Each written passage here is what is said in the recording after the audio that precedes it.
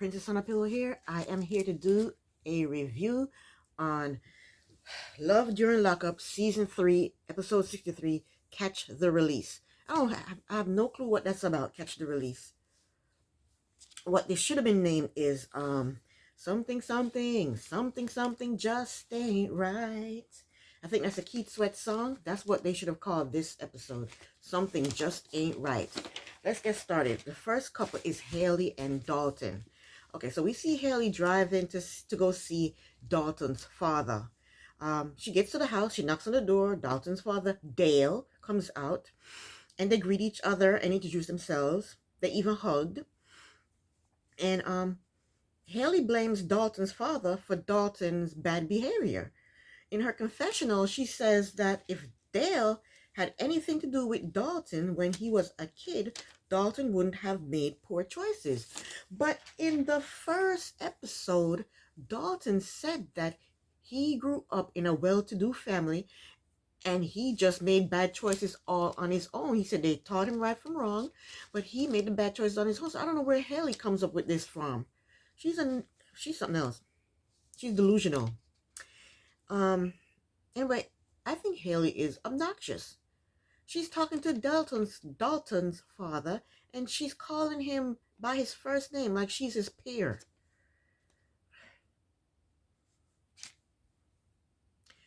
She calls him Dale instead of Mr. whatever his last name is. And I know she knows his last name.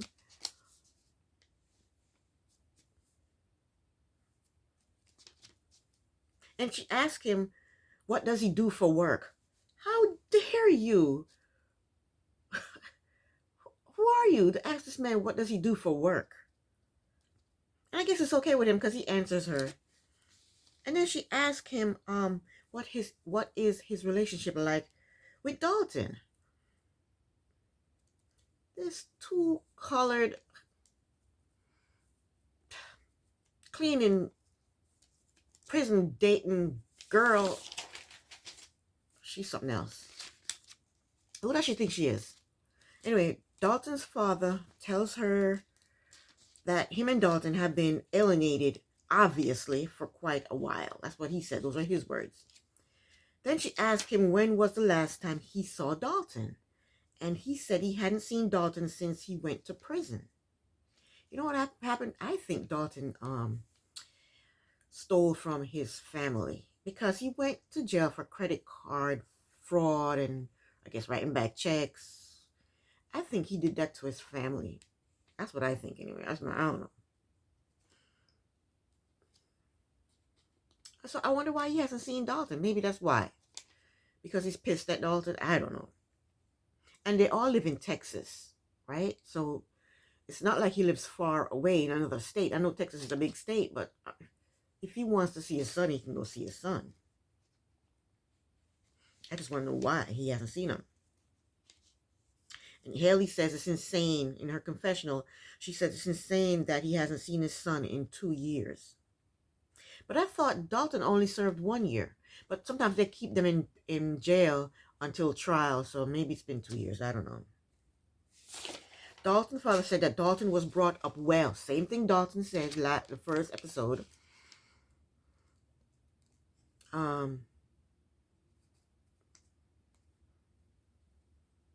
The father said the father said we gave Dalton all the tools to get through life, but he ignored them. And that's exactly what Dalton said. So I don't know where Haley is coming from that if the father was in his life when he was a child, Dalton wouldn't have made so many mistakes or wouldn't have gotten himself in trouble. Haley is delusional and she needs to mind her business.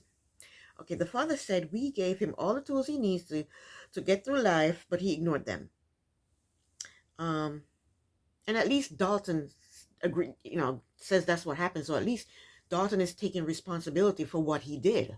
He's not saying, oh, it's my father's fault, it's my mother's fault, they didn't help me out, blah, blah, blah, blah, blah, blah. He's taking responsibility for what he did, and that's a good thing. Because if you don't take responsibility for your bad actions, you're just going to keep making the same mistakes over and over and over again. So at least I'm happy that he's taking responsibility for what he did wrong. Now that Haley needs to get on board and say, okay, Dalton did something wrong, and now he's paying for it, and he's taking responsibility for what he did. I don't think they're good for each other, because if she's going to brush off what he did, that he did something wrong enough to get sent to prison, if she's going to brush that off and blame somebody else for it, then he's going to be able to do anything with her and get away with it. What if he punches her in the eye because she didn't cook his steak medium rare like he wanted it to?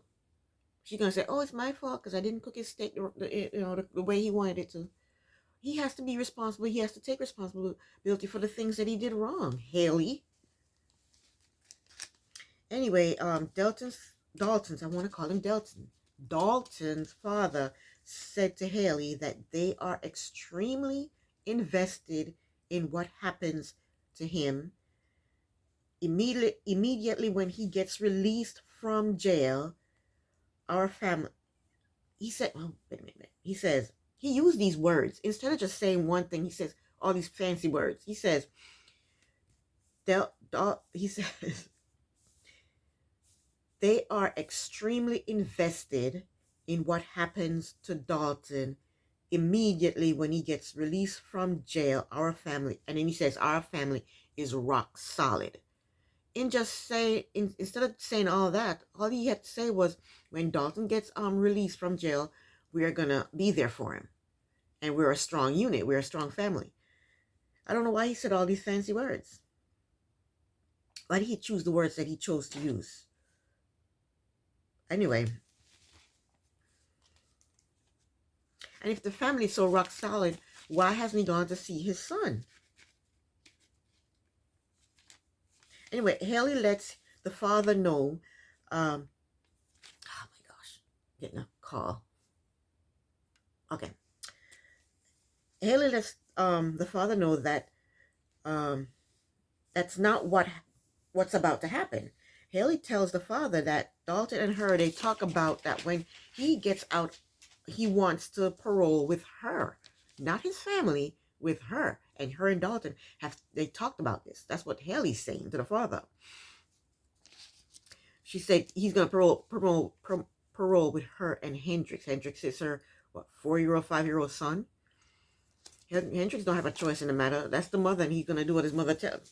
Like he's going to parole with Hendrix, like Hendrix have a say in the matter. And then she said, because Hendrix and I are in the process of buying a house. Hendrix ain't buying no house. You're buying a house. Hendrix's name ain't going to be on no deed. Hendrix ain't got no money. Hendrix is 4 or 5 years old.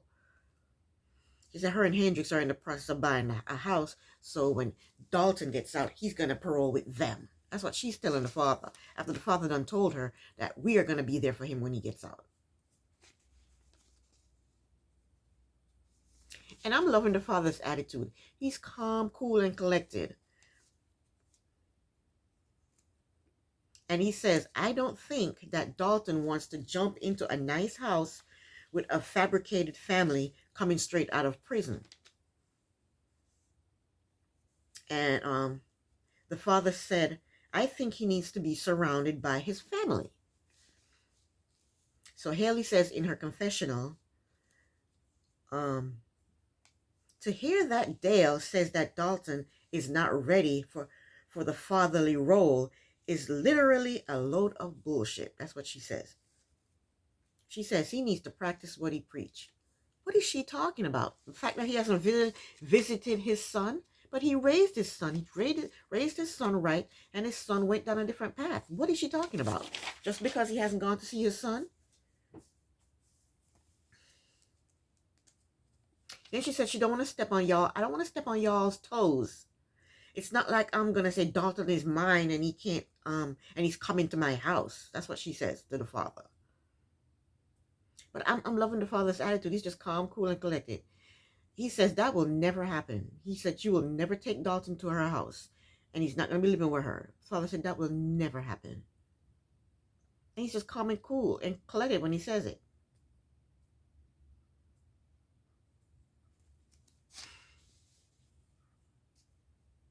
And then Haley says to the father, so do you think y'all will be close when he gets out? And the father says, we will cocoon him like a butterfly. That means we're going to come around him and circle around him, and you can't infiltrate into our family. That's what I'm getting out of that. So Haley is spending all this money on Dalton, and she really doesn't know what's going to happen when he gets out of prison, because he's telling her, don't go talk to my father. And I think the reason he told her, don't go talk to my father, is because that's the plan. When he gets out of prison, he's going to go to his family. He's not going to go to her. She's spending all this money on him. She's paying for lawyers. She's sending him money. And he's just riding along with her and telling her everything she wants to hear. But when he gets out, he's going to go be with his family. That's what I think is going to happen. And that's why I think he did not want her to go talk to the father. Haley, something just ain't right, girl. It's not right. And you don't know it. You're in the dark. And I don't understand why they're talking about this now. I think he went to jail for 8 years or 6 or 7 years, something like that. And he served 1, so whatever the sentence was, he still has 4 or 5 years to go before he gets out of prison. So why are they even talking about this now? He still have a little ways to go before he gets out. So the next thing we see is Haley and her mom driving in Haley's car. Haley's taking her mom to show her the trailer home or house that she bought. And the trailer house is a cute little house. And the mother's looking at the house. The mother likes the house. She says it's cute. And the mother asks Haley if Dalton's name is going to be on the paperwork for the house. And she basically said she doesn't know about that yet. She didn't think about that yet. But she said he will contribute. It's going to take him a while to contribute because he has to get a job. He has to start making that money. He's not going to be making a lot of money when he first, that I know of anyway, when you get out of jail.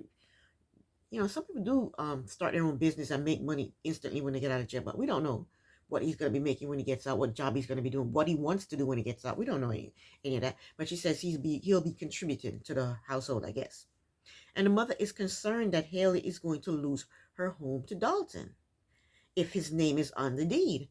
And Haley thinks that she's too smart to allow that to happen. So while she's talking to her mom, Dalton calls and Haley tells him that she's showing her mom the house.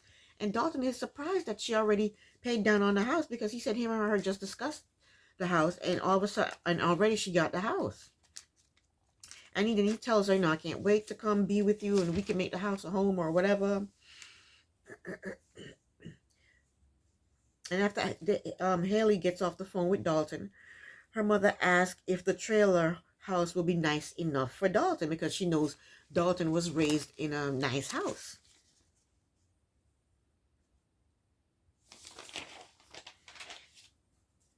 He said he was well off when he was growing up. And even though he's in jail right now, sleeping on a cot, maybe he's going to want that well-off life when he gets out. But then again, his dad's house didn't look all that great either, so I don't know. Dalton has about 4 more years left anyway in prison, so I don't know why they're talking about this right now. Anyway, we're done with Haley and Dalton. Now we're on to Indy and Harry. Okay, we see Indy and her precious little daughter. They're FaceTiming Harry. And Indy has her baby calling Harry the kidnapper daddy. Indy says her baby daddy pops in and pops out. And I wonder how that baby daddy that pops in and pops out feels about his daughter calling somebody else daddy. Because he's obviously in the daughter's life. She says he pops in and pops out. So he's obviously in the daughter's life. Maybe not as much as Indy would want him to be, but she says he pops in and pops out, so that means he's in his daughter's life. And how does he feel about his daughter calling some other guy, especially some other guy in prison, daddy? I wonder what she calls her biological daddy. Does she call him daddy too? Daddy, daddy? And I wonder if that's confusing to her. Her daddy comes to visit her, pops in, pops out. Then she sees this other daddy that this other guy she's calling daddy, and she talks to him through a screen. I wonder what that's going to do to her.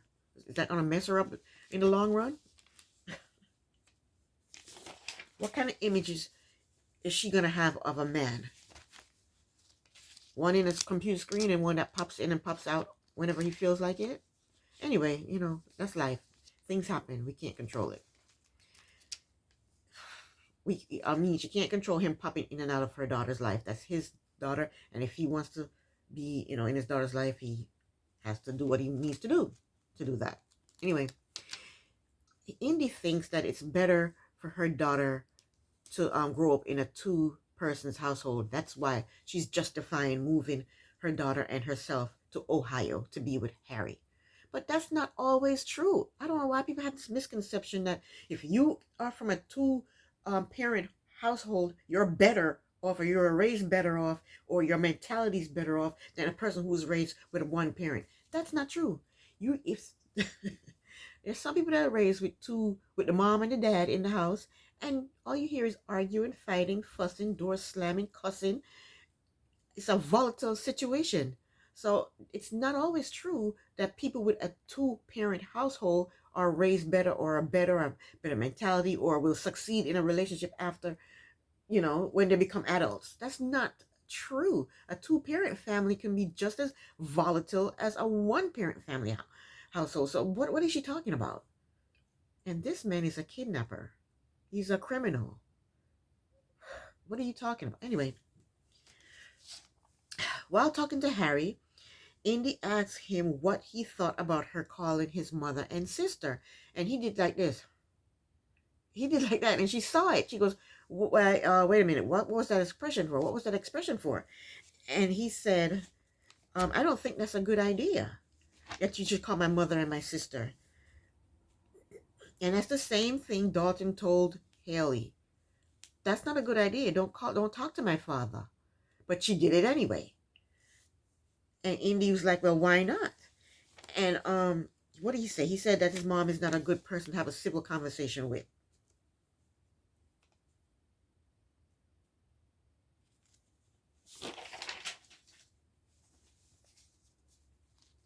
And then the producers asked Harry if he is close with his family. And Harry said that him and his family really don't communicate much. He said it's kind of hard to explain. Harry got me intrigued. Now, I want to know what kind of family life he has. He looks mixed. Don't know if the father is black or if the mother is black. Don't know if the father is white or the mother is black. We don't know. I want to know more about his life. I don't care about Indy's life anymore. Now I'm curious about Harry's life. How does a teenager get involved in kidnapping? Because he's 23 right now, and he's been in jail for 4 years, so he was practically a teenager when he committed this crime. How does he get involved in kidnapping? I want to know more about this Harry and what's going on with him. I'm like the mother now. I want to know his story. I don't want to know his story because of Indy. I want to know just because I'm curious to know what kind of life this man led to commit a crime like this, and what does the crime entail. I want to know more about that. I'm really curious. I hope they do a story on him. And I'm wondering if they're going to do a show of them after they get out of jail, because he looked like he's coming home soon. He's not like Dalton, who got 4 or 5 years left. I think Harry is coming home soon, in less than maybe in a month or so. He'll be home soon.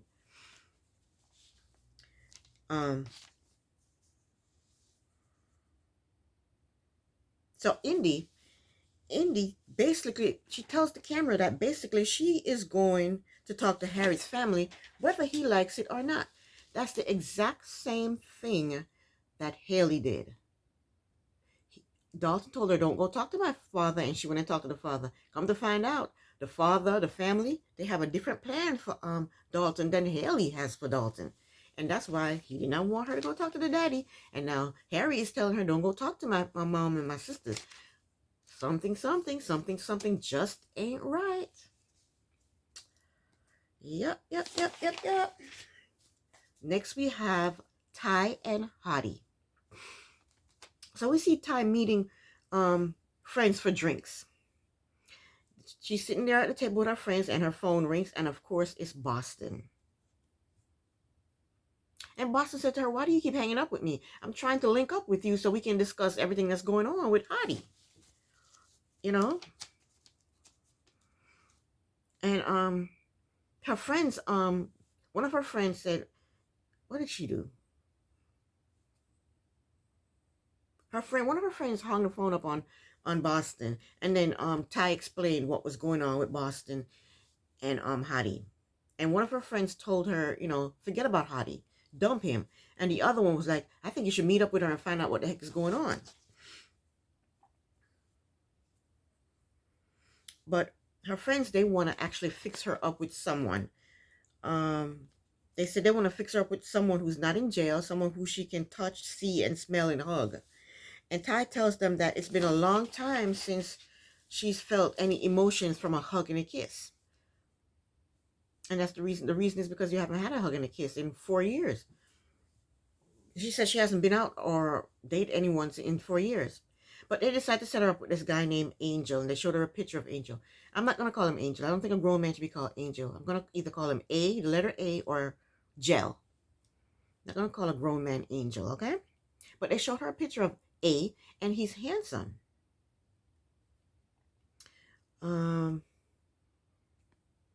Yeah, she said, Ty says she hasn't dated a man in the free world in 4 years. She says she doesn't have a lot of faith in the guys in the men who are out here in the free world. She doesn't have a lot of faith in them. But how do you have faith in Hottie when obviously Hottie is talking to Boston? He claimed he hasn't been with her for over 12 years, but it's obviously he's talking to her and she's sending him money, because why would she be so upset? Why would she be blowing up Ty's phone if they haven't been together in 12 years? So you can't trust the guys in prison anyway, either, because they're sending letters to women, to people all over the world, and getting money sent to them from people all over the world. So you can't trust them either.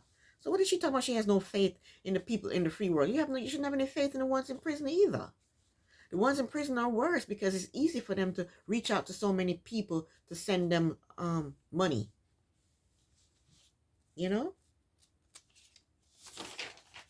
And last week I said I understood Ty, and I do understand her. She is dating men in prison because she can control those better. She has more control over them. She put them up on board. She moved this one here. She moved that one here. This one is supporting her. She moved him down. This one she wants to date. She moved this one over, and she can control them that way. So I think that's why she dates guys in prison, because she's a controlling person and she wants to be able to control them. Guys in the free world, you can't control like that. There's not too many guys in the free world that you can control like that. They're not going to allow that to happen, you know?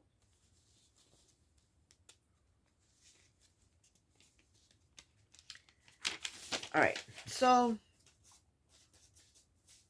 we see the next scene is we see Ty agrees. She agrees to go on a date with A. So the next scene we see her driving to go meet up with A for their date. They meet up at this restaurant. They introduce themselves, shake hands and everything, sit down at the table, and Ty is just talking. She's got diarrhea in the mouth. She won't shut up. And she's touching him too. She's constantly touching him.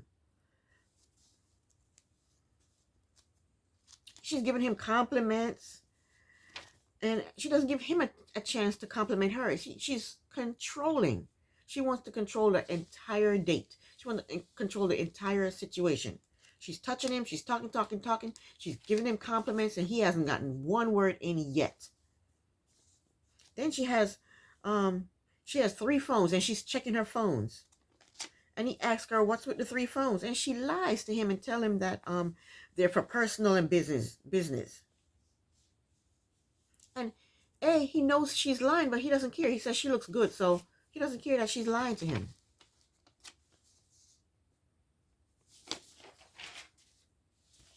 I guess he's saying as long as a woman look good, she can lie to him. So they're chit-chatting. And I think A is cute. He's better looking than Hottie. He has nice complexion. He has nice eyes. He has a nice voice. So while they're talking, her phone rings. And she gets up. She says, excuse me, I'll have to take my call. And she gets up and she leaves out of the restaurant to answer the call. And of course, it's Boston. And Boston wants her to meet up with her so they can discuss the situation. So she agrees to meet up with Boston, but she tells Boston if anything happens, she's going to knock her head off.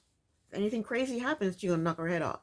Now, me, I would not meet up with no damn Boston. For one thing, I don't know this chick. And it's going to be a hostile situation because she's saying that they're both dating the same guy or talking to the same guy. So it's going to be a hostile situation. I don't know if Boston is going to have friends waiting around the corner, come jump me and beat me up. If she's going to scratch my car up, if she's going to they're going to jump me, pull out a gun on me, pull out a knife on me, pull out pepper spray on me. I don't know what's going to happen. This is not a good situation. This is a volatile situation. This is this is not a loving friends meeting friends. They're talking to the same guy, and obviously Boston is upset about it. So I wouldn't go meet her. What I would do is just tell her on the phone, look, I am not dating Hottie. You can have Hottie.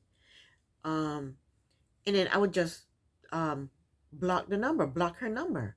But I would still, talk to Hottie. I wouldn't send him any more money because obviously Boston is sending him money, or she wouldn't be that upset. I wouldn't send Hottie any more money, but I would still talk to him because how dare her? She can't tell her who to talk to. She can talk to anybody she want to talk to. And her and Boston and Hottie, they're not married. If they were married, it would be a different situation, but they're not married. So I would still talk to Hottie. I wouldn't send him any more money, but I would still talk to him. If you want to talk to me, I would still talk to him. But I would tell her I'm not talking to him, Hottie anymore, and I'd block her. That's what I would do. I wouldn't meet up with her. You don't know what's going to happen. But she agrees to meet up with Boston. And she warned Boston, if anything pop off, I'm going to knock your head off. And they left it at that. So she ends the call and she goes back into the restaurant. And she lies to A again and tells him that her job called or some nonsense, some lie. And he knows she's lying to him. But he don't care. But let me tell you something, A. When people lie to you, they lie to you because they think you're stupid. Flying around. People lie to people because they think they're stupid enough to believe their stupid lies. So I don't like it when people lie to me. I don't like it. And look, check it out. She's known him for, she met him 2 minutes ago, and in those 2 minutes, she's told him 2 lies. Like, I don't think you should mess with her, but I think they look good together. After they're done eating, he walks her out to the car, and she's hugging him, and she's rubbing his head, and he kisses her. And I think they'll make a good couple. They'll make a good couple. If he does something wrong and gets thrown in prison, then she'll date him. She's not going to date him other than that. She's going to date him if he does something wrong, gets thrown in prison. So if he wants to date her, that's what it's going to take for him to date her. Do something wrong, get thrown in prison, and then she will date you. We're done with Ty. Now we're on to Santiba and Telsey. Santiba and her friend, we see them driving in the car.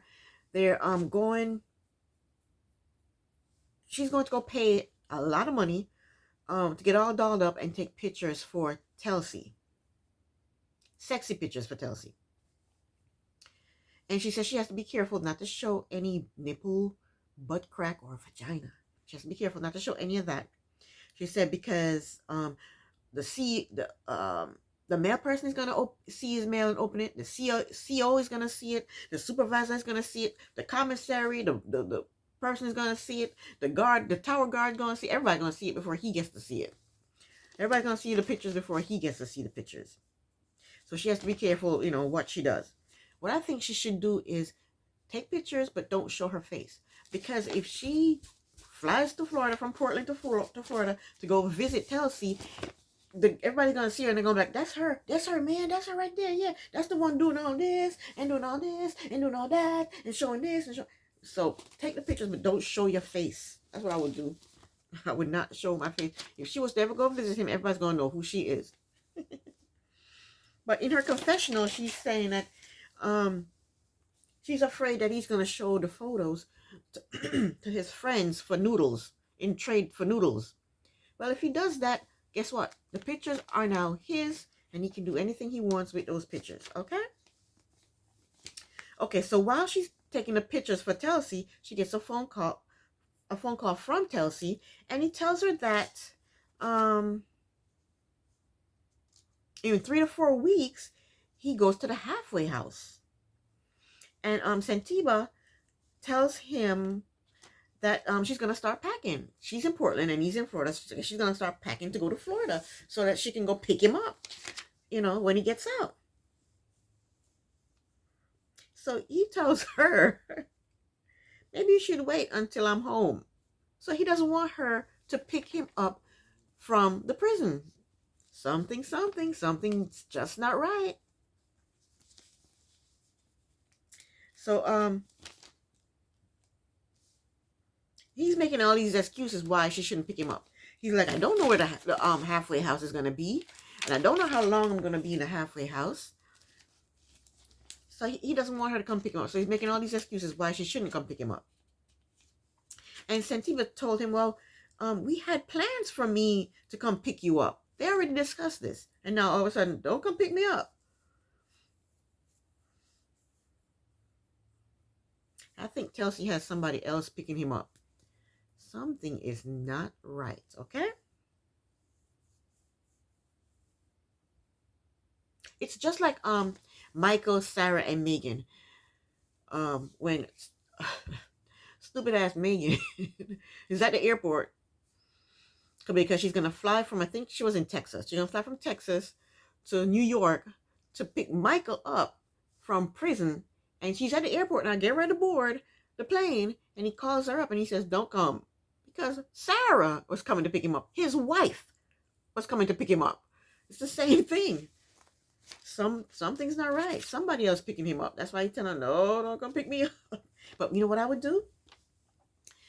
I would go to Florida and I would, drive up to the prison, get out of the prison, hide in the bushes with some binoculars on my phone, look to see what the hell is going on, who's picking him up, and snap pictures of whoever is picking him up. That's what I would do. I'd be my own private eye and investigate my own stuff to see what the hell is going on. Because something is not right. It's not right.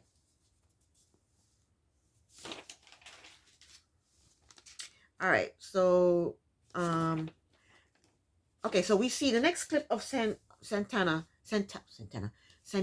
that we see is she's in a hot tub with a glass of wine and she's emailing, she's sending an email to Telsey.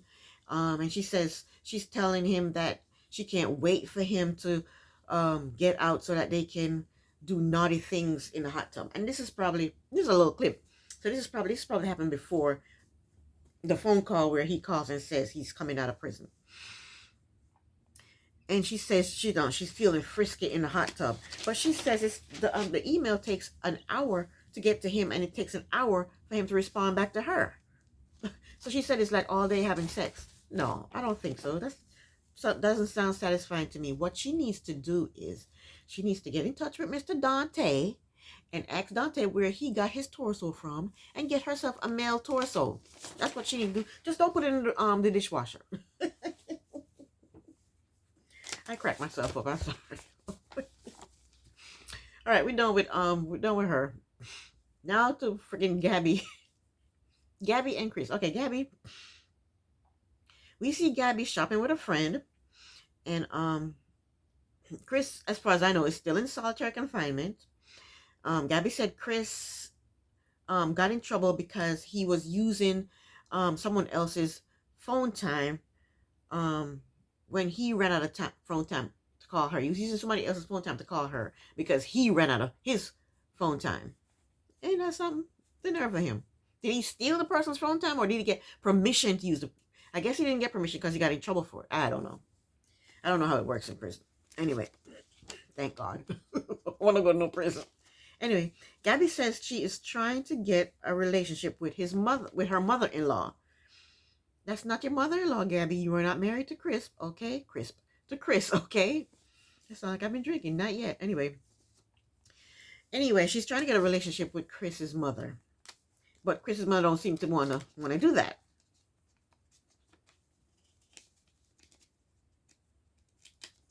But if she treats Chris's mother the way she treated her own mother, I wouldn't want to get to know her better either. Screw that. The way she treated her mother. Mm-mm. So Gabby calls her mother. Gabby calls Chris's mother. And Gabby asks her if she's heard from Chris. I guess Gabby can't hear from Chris because Chris is in solitary confinement. And when you're in solitary confinement, I'm pretty sure you can't make phone calls. So Chris can't call Gabby, and she hasn't heard from him, so she calls the mother to ask the mother if she's heard from Chris. And the mother tells Gabby that Chris will be out in 3 weeks. And Gabby is shocked. Gabby is shocked. She said to his mother, why didn't you call me? Why didn't you call me and tell me? And the mother said, I thought you knew. The mother lied. What do you mean, I thought you knew? She just told Gabby Chris will be out in 3 weeks. So why would you say Chris will be out in 3 weeks if you thought Gabby knew Chris was going to be out in 3 weeks? If anything, she should have said, hi Gabby, all right, how are you? I can't wait to see Chris in 3 weeks. But she didn't say that. She goes, when Gabby said, have you heard from Chris? She goes, Chris will be out in 3 weeks. So she knew Gabby did not know Chris was going to be out in 3 weeks. Something is not right. How come he communicated with his mother that he's going to be out in 3 weeks, but he doesn't communicate with Gabby that he's going to be out in 3 weeks? Something's not right. The mother lied. Talking about, oh, I thought you knew. She didn't know Gabby didn't know that. That's why she told her. All right, so the mother told Gabby that the family is going to pick up Chris and bring him home. Here we go again. The family's picking Chris up. Gabby's not picking Chris up. The family is picking Chris up. Something is not right. Gabby thought she was picking Chris up. All right, so the mother says the family's going to pick Chris up and bring him home. And the mother told Gabby that Chris is going to be paroled there at her house, I guess, with the family. And Gabby said, when were you going to tell me?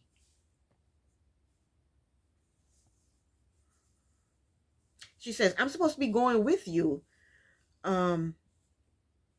She says, I'm supposed to be going with you. I have to go with you, is what Gabby says.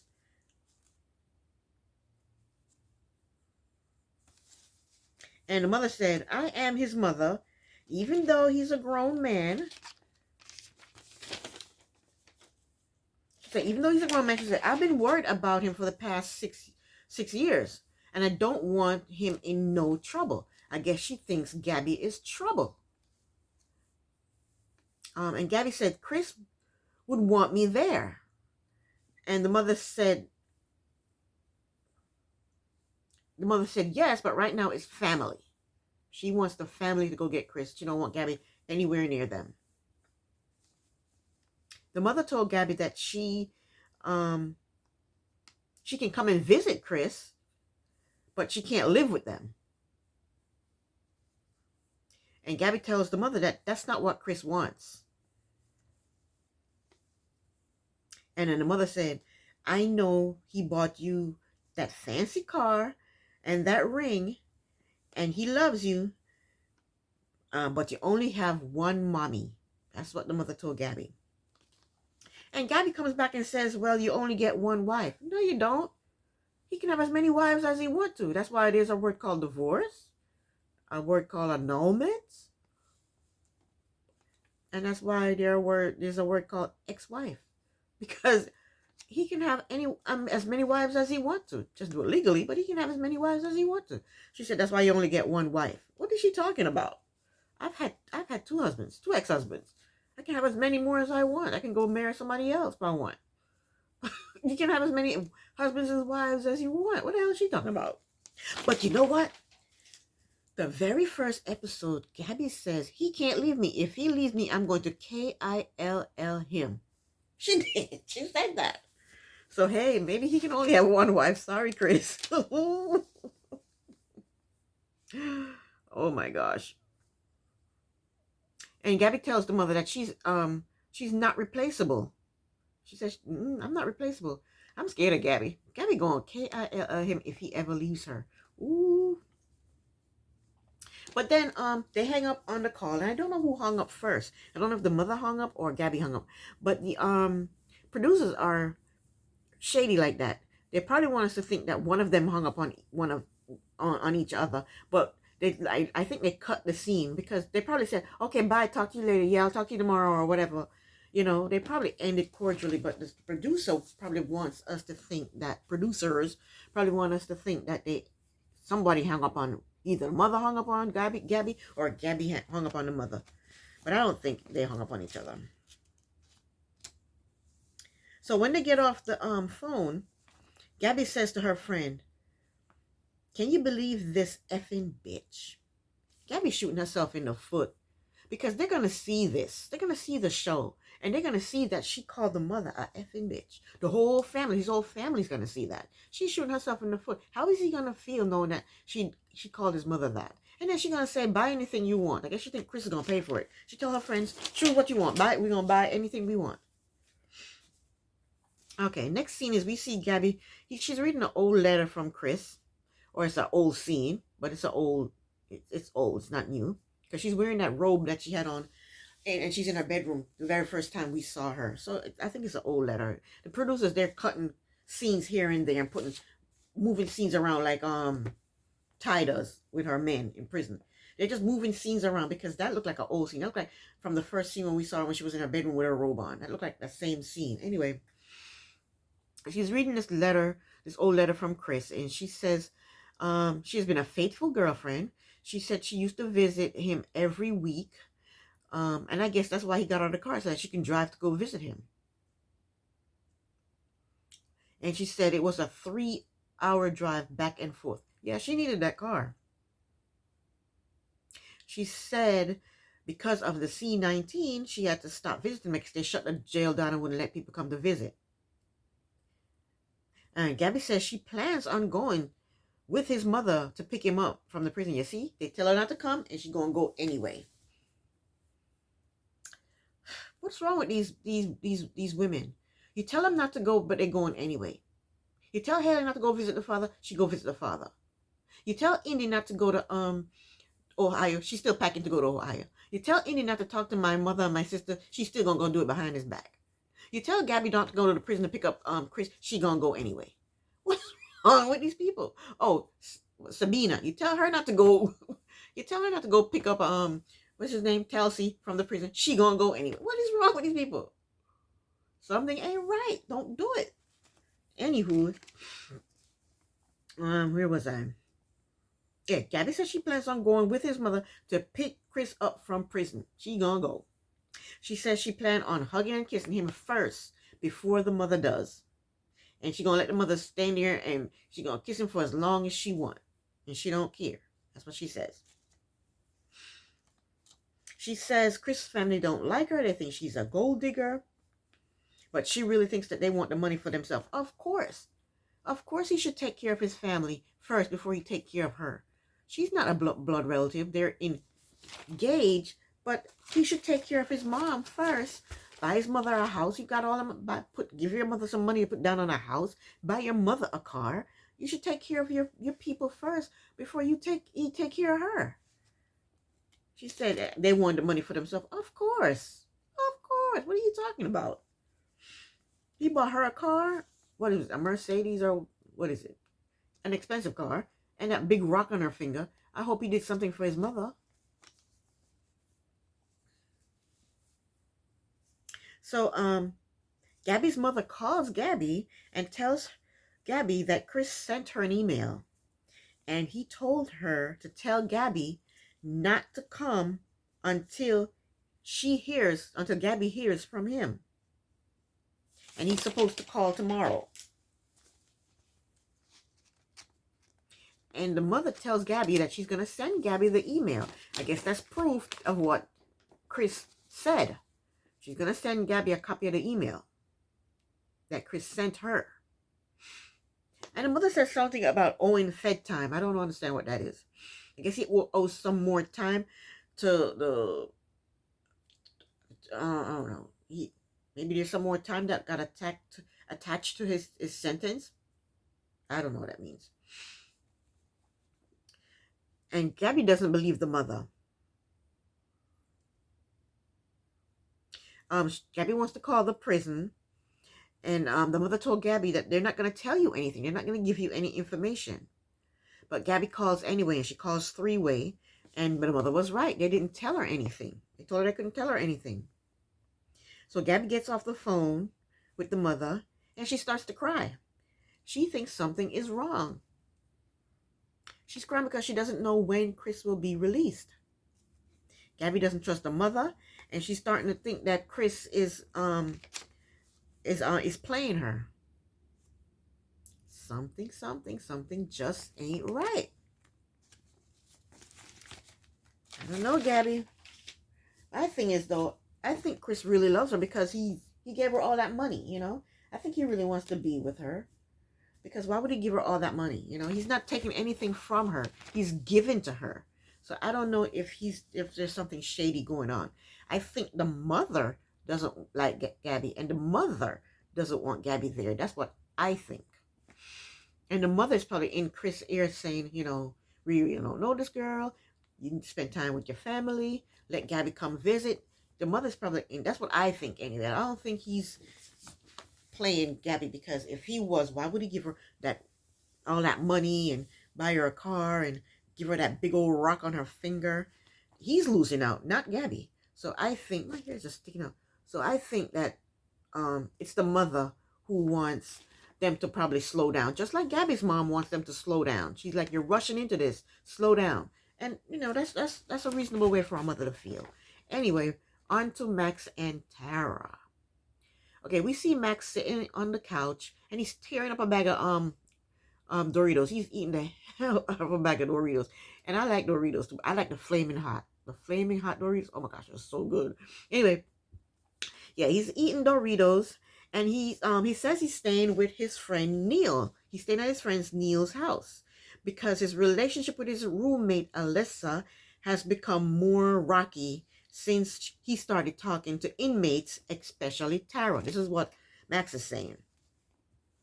But he's not talking to Tara. Tara ghosted him.